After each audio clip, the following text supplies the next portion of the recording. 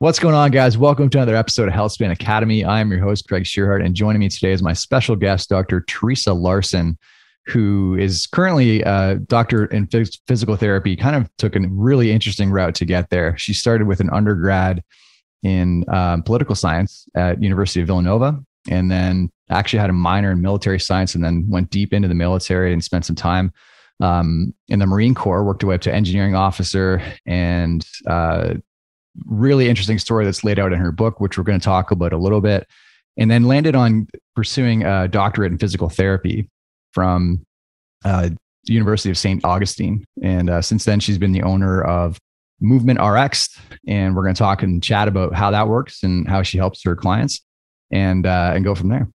Theresa, it's good, so good to see you again. Thanks for joining me today.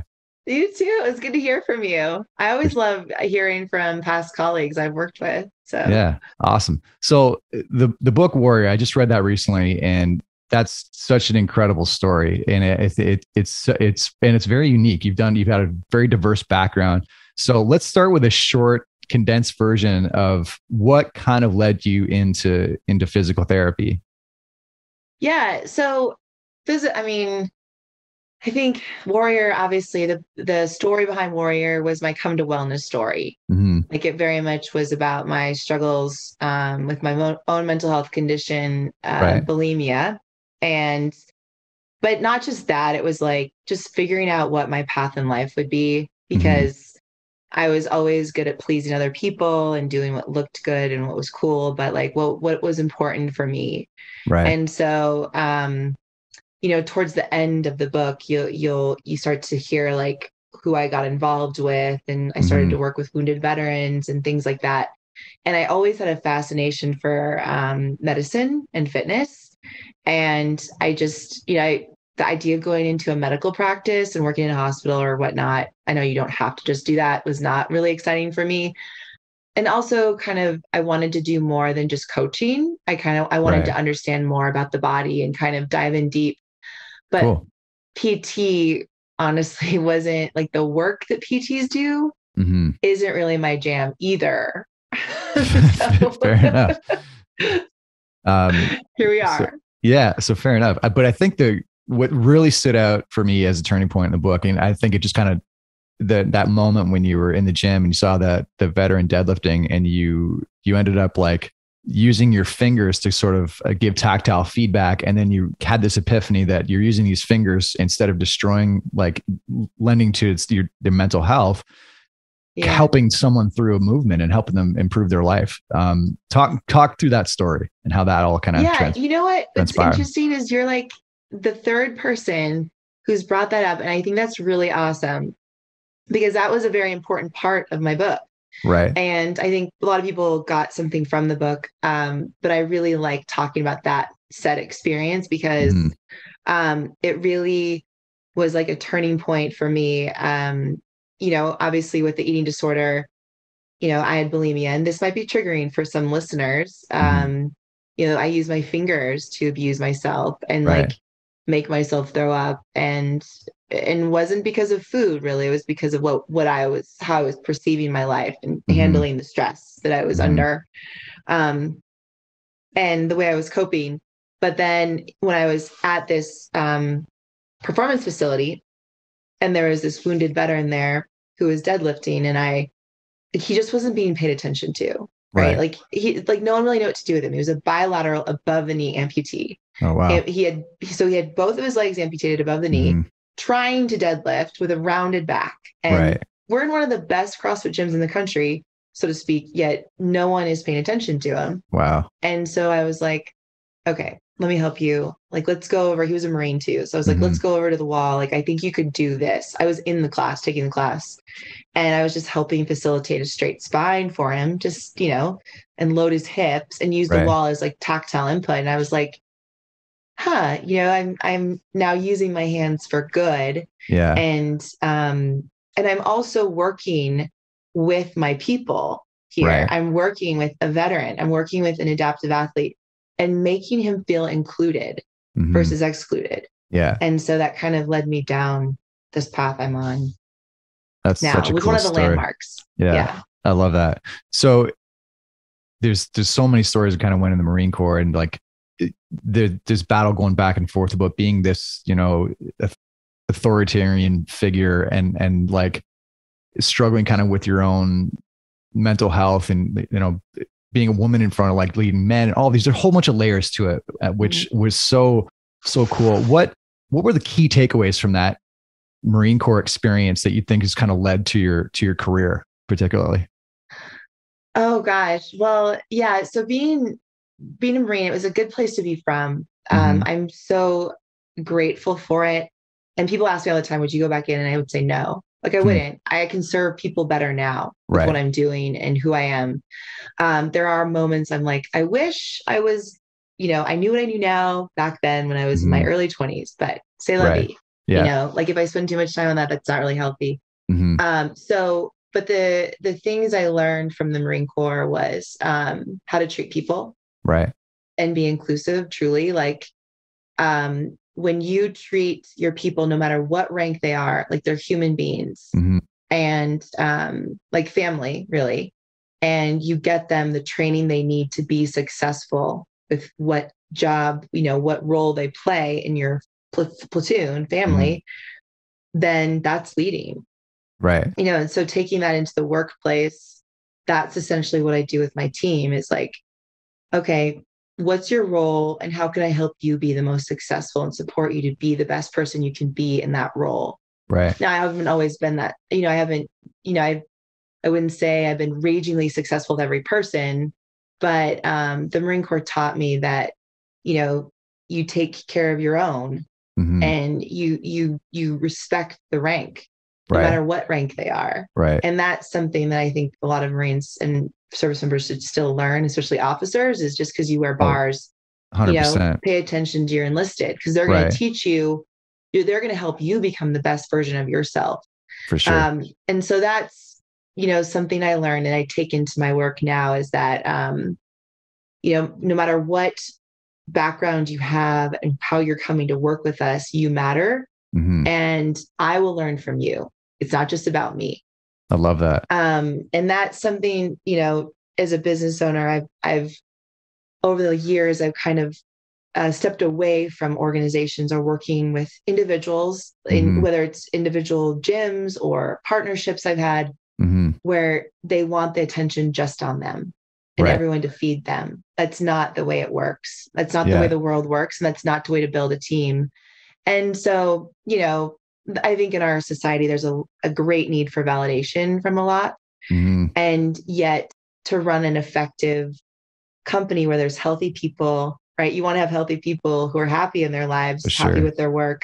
You have to pay attention to them. That was the big one. And then the second one was just this, I can just do hard shit and, no one's going to get in my way. I mean, yes, I'm a very emotional, sensitive human. But I don't fucking stop. And I love that. I think that was instilled in me as a Marine. Like I'm 6'1". And so I had all my drill instructors were like 5'2", and looking up at me, and they hated looking up at me. A little short man syndrome. I always had an eye roll. I always did this eye roll that just like was this like tick I had, I still have. I remember you talking about that in the book. I did a lot of eye rolling, and I still do. And my kids do it now.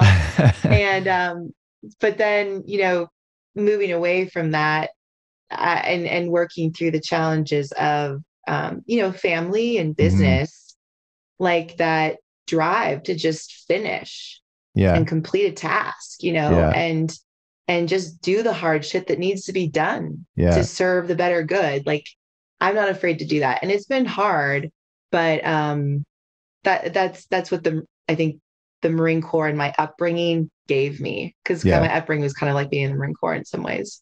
Yeah, fair enough.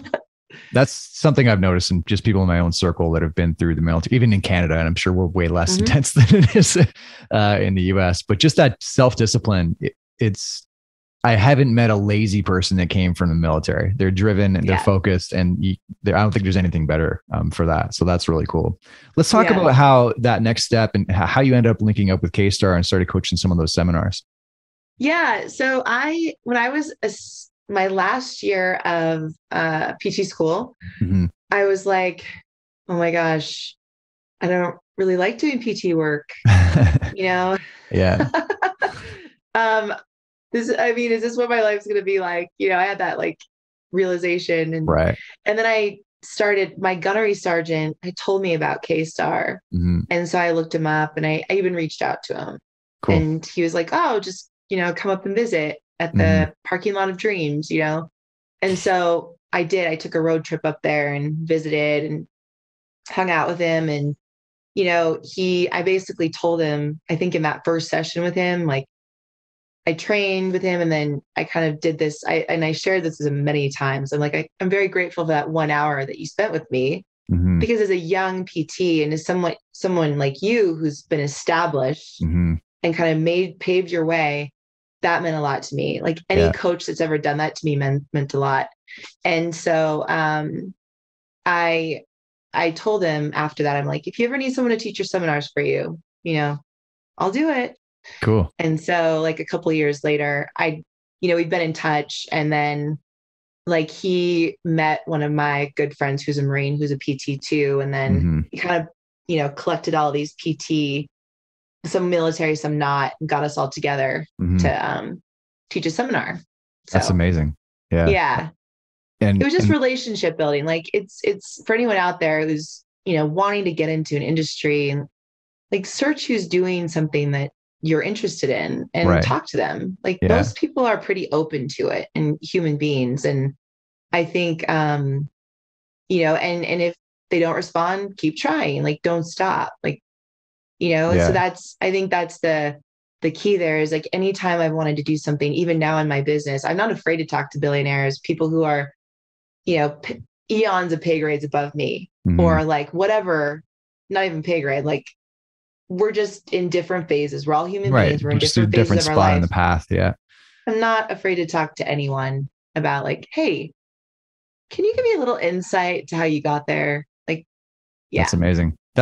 Modeling is how it's, if you're not modeling in business, I feel like you're just taking the slow path. So, and that's just business. Same for fitness. If you're not following a model that's worked for someone else, you're just reinventing, and you're just adding to the time. So I completely agree.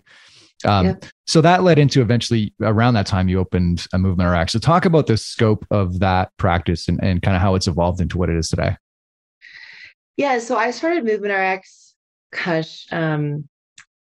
like shortly after I got married. So I was working with a sports performance company. Well, sports performance, wasn't really sports performance, to be honest. And I was like, after 6 months, I was like, I think I'm done. Yeah. It's time for a change. I told the owner, and mind you, it was an emotional roller coaster for me. And I'm standing here talking about it now, like very confidently, but at the time it was hard. If you're in a job you hate and you're just going to work, like I would cry on my way to work or cry on my way home. Yeah, that's not a good sign. Yeah, it's not a good sign. Yeah. And so I remember telling my boss, like, because he kind of reminded me, to be honest, of and if he's listening, it's totally fine. He reminded me of the guy from Office Space, the manager that's like, have you finished your TPS report? And I was just like, did you get that memo? Because like that's what he reminded me of. And I remember I feel like there's a million bosses that are just like that for some reason. No, I know. It's so interesting. I told him like, hey, I'm going to put in my 3 weeks, or I'm going to put in my 2 weeks notice, but I'm like, I'll give you an extra week of my time. And, and he was just like, he was mad. Like he didn't even take it well. He was mad. He's like, we've invested so much in you. And I'm like, but I'm not happy here, and I think the straw that broke the camel's back was the fact that they were like, I told them I wanted to go on a 2-week honeymoon. And they were like, I don't think that's going to be a good idea. Oh dear. And I was like, well, then my 2-week notice. Okay. Yeah, goodbye. That's great leadership. We're right done. There. Yeah. I need to end this relationship right now. Yeah. So I left, and on my honeymoon, on one of our walks on the beach or whatever we were doing, we were like, I'm just going to start my own like PT CrossFit health business. Amazing. Yeah. So then I started like literally when I got back, one of my veteran friends came over and helped me build a website, like Nice. this super janky website that was like Yeah. basic. And then I feel like I no, developed, you don't hit a home run on the website. And the first, no yeah, one does that. yeah. And then Yeah, I think I made these flyers on and put them out to different CrossFit gyms, telling them what I could do. cool. And I made some calls and like just started setting up tables in different CrossFit gyms that would let me in Nice. there, and started doing free mobility classes just for people to get to know me, and Awesome. then offering PT. And it was great. Like it started off with literally me being a PT in different gyms. And Right. then I ended up hiring PTs because the volume got higher, and That's I awesome. also started to burn out. Yeah. Not a Yeah. bad problem to have. Yeah. But then, now it's morphed into something a little bit different, still Mhm. PT, but now I have another kind of branch of the business, if you will, um, that serves veterans on a digital level, and then also offers digital health to people for the That's consumer, amazing. general consumer. So you've expanded more globally, kind of with remote services. Yeah. That's the dream in COVID, right? Be able to, Yeah. we're stuck at home. Let's figure out a way to to serve some Yeah. people. Yeah. We started it, we started the business, the remote side of it, like the digital Hmm. side, like 4 years ago Hmm. after I launched Warrior, or published it, but it didn't really go anywhere, to be honest, because one, there's the digital marketing is so much different than like running a Yeah, PT for practice. sure. And I also I had to, I mean, just business is hard. And so the business partner Hmm. we had like couldn't stay, like he couldn't do it after a year. So we ended up shifting gears, buying him out, and still kept the content, Hmm. but kind of started to dabble in like the defense contracting space, which again, when you look at like defense contracting, it's really confusing and can be hard. Hmm. But we were like, oh, we can do hard shit, and we Yeah. knew that in the end, you win one, it pays huge dividends for you. Hmm. So I ended up actually teaming up with a Navy SEAL commander Cool. who is a great teammate, as you can imagine, Yeah. who also knows how to do hard shit and doesn't care how hard it is. Just do Yeah. it. Let's do it together. And so he's like a brother to me. And we've That's amazing. grown this digital practice to be actually what I felt was very much missing when I was teaching, for CrossFit. Hmm. Mindfulness, this Yeah. element of mindfulness Yeah. with movement, Hmm. like slowing down.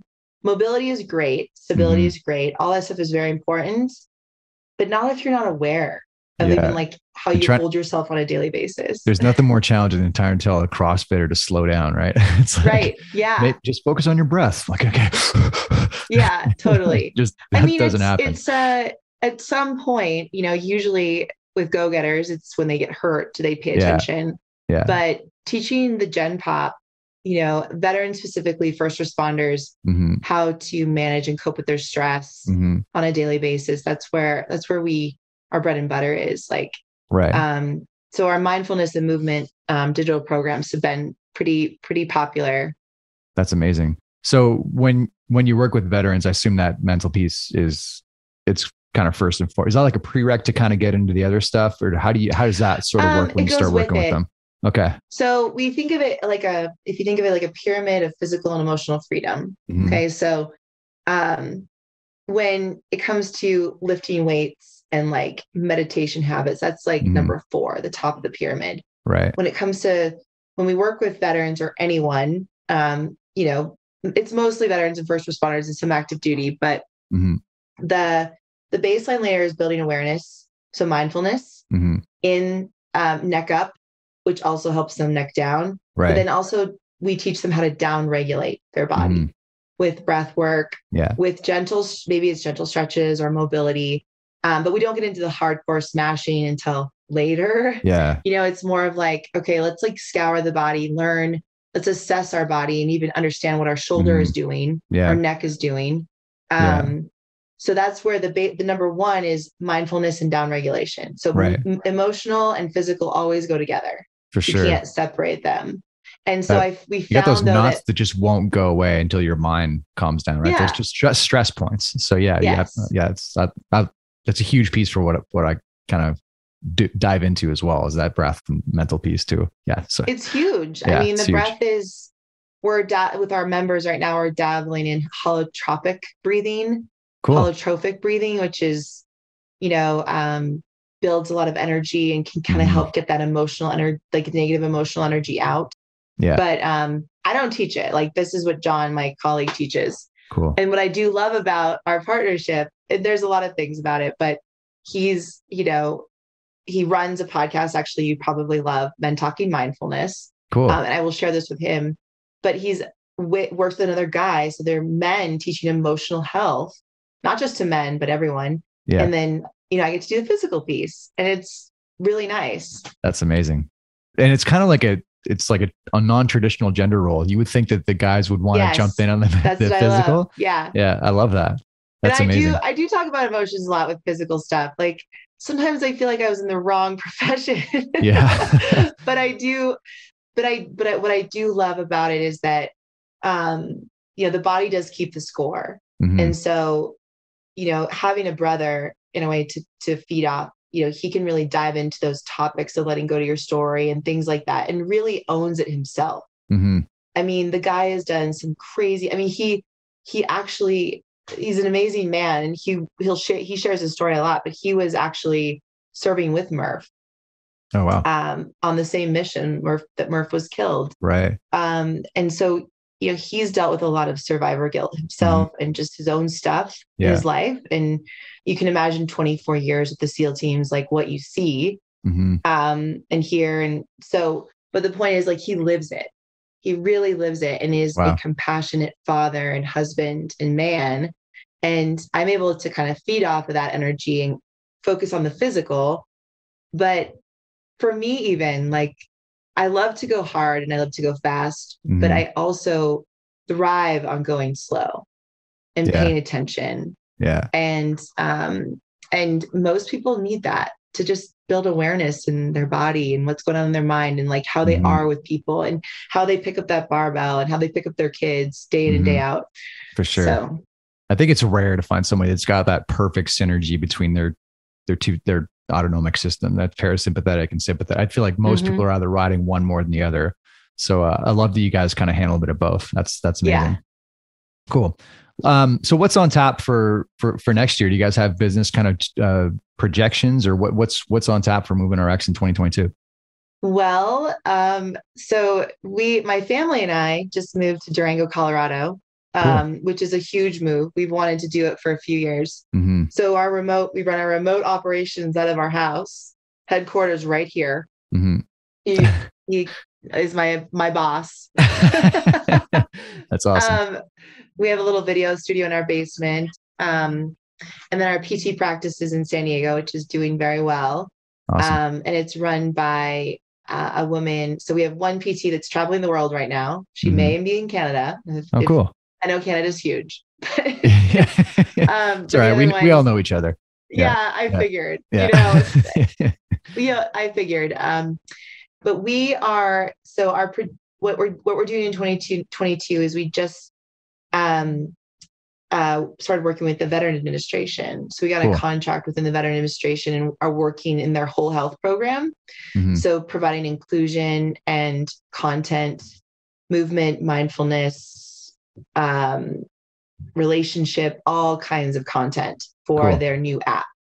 And so it's a pretty significant contract we just won. And this is actually the first time I'm talking about publicly, because it's the first time it's become official. Yeah. There you go. So you heard it here first. Yeah. So it's exciting it's actually, the content will be for employees of the veterans first. Okay.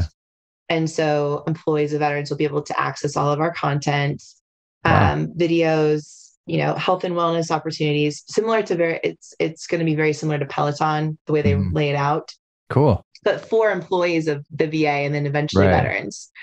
So that's going to be a very fun contract to grow. And it's taken years to develop the relationship, to even know what to do and how to, work within the VA, even though I'm a veteran, which is silly, but so that's a big part of our 2022. And then the other one is growing our mindfulness and movement experiences, which, you may see on social media a lot. John and I, and Will, who's another partner of ours, share this mindfulness and movement experience is like a 21-day experience that we take people through. And often it's a lot of executives, veterans that own companies, actually, which there are a lot out there.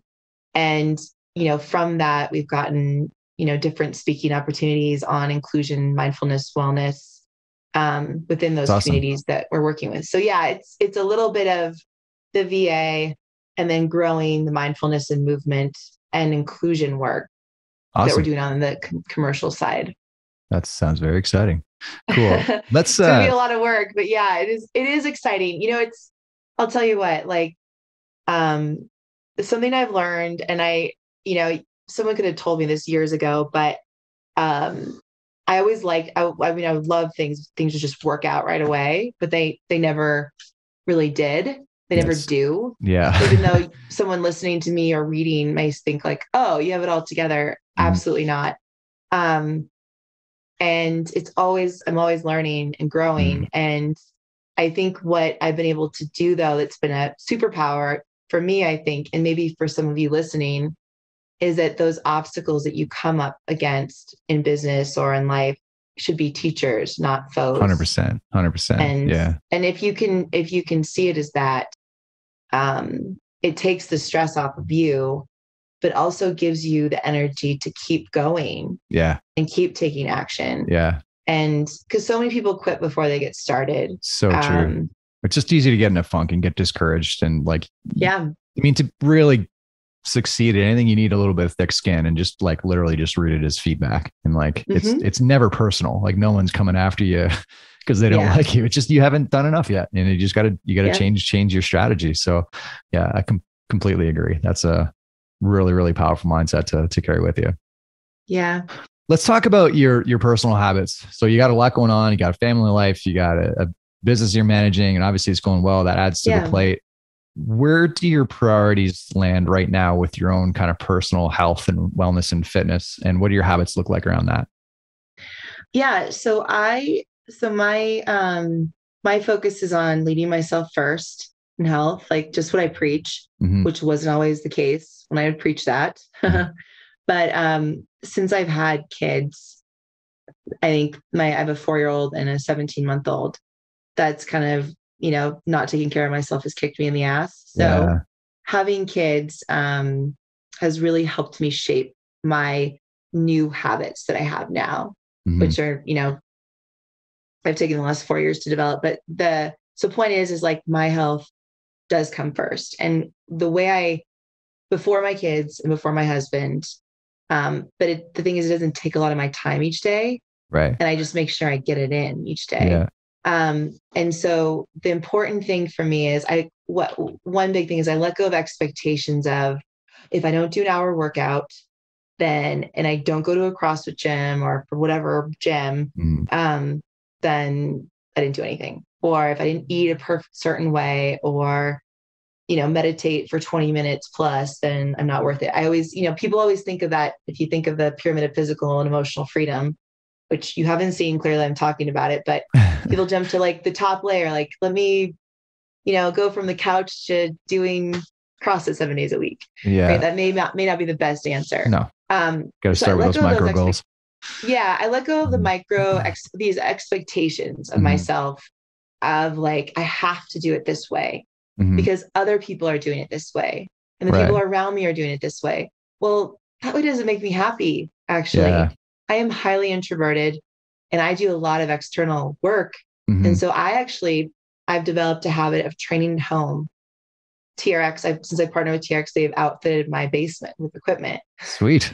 So I have all this great TRX equipment, which is really nice because, as I'm testing things for these adaptive athletes, I can use their equipment, but I can get in a 7, 15, 20-minute workout, whatever I want to do. I can do yoga classes. We have yoga classes on our platform. So I train 5 days a week. Yeah. And I do mobility 5 days a week. Nice. I move 7 days a week. Yeah. Right. And honestly, mobility is part of my just my day in general. So, but like focused mobility before and after training is the day when I train, right? But just movement in general, making sure I'm going through ranges of motion is daily. I'm always thinking about it and always doing it with my kids. That's awesome. And then food wise, you know,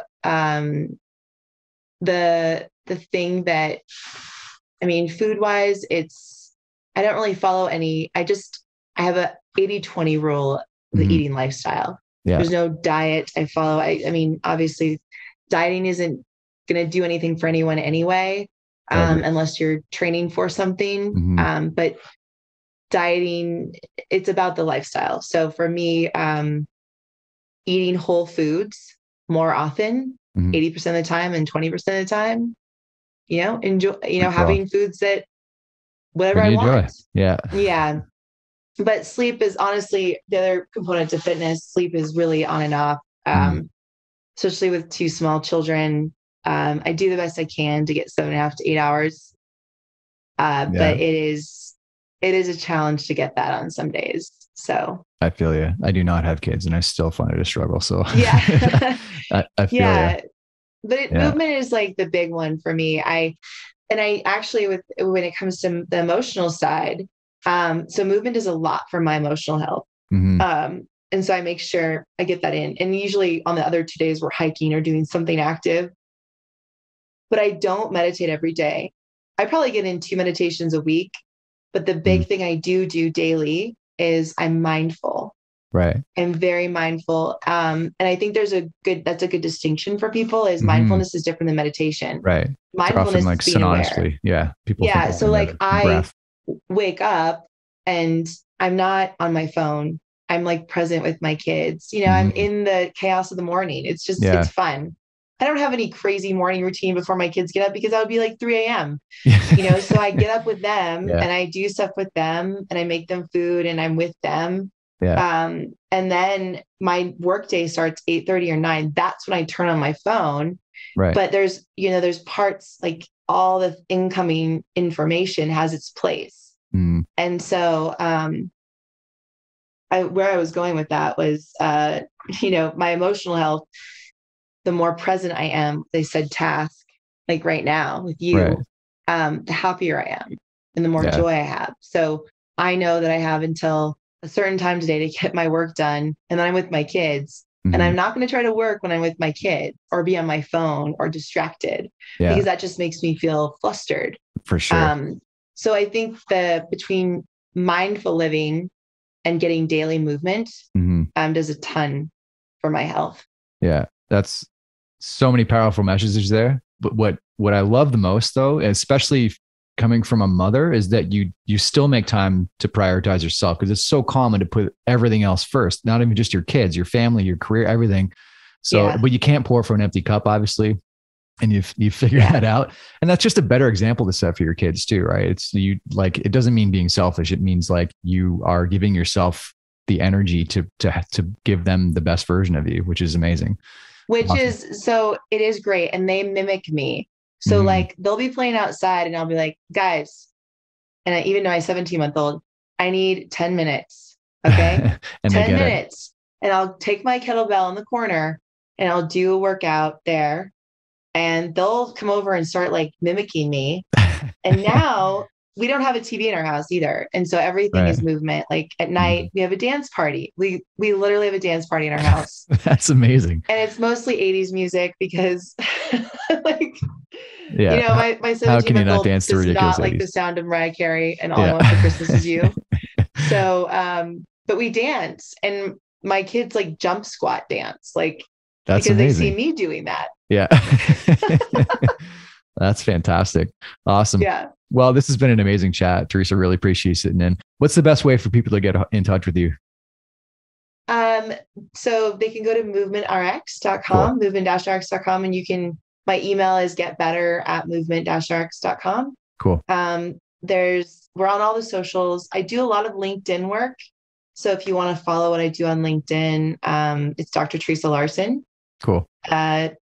Or there's Instagram and Facebook, but I would say I'm most active on LinkedIn. Awesome. Yeah, cool. I'm just getting started with that too. I'm still kind of somewhat of a rookie on but that's like, okay. picking up some steam. Awesome. So we'll link to all your goodies in the show notes so people can get in touch and learn more about MovingRx. Thank you. So, yeah, thanks so much. It was great catching up.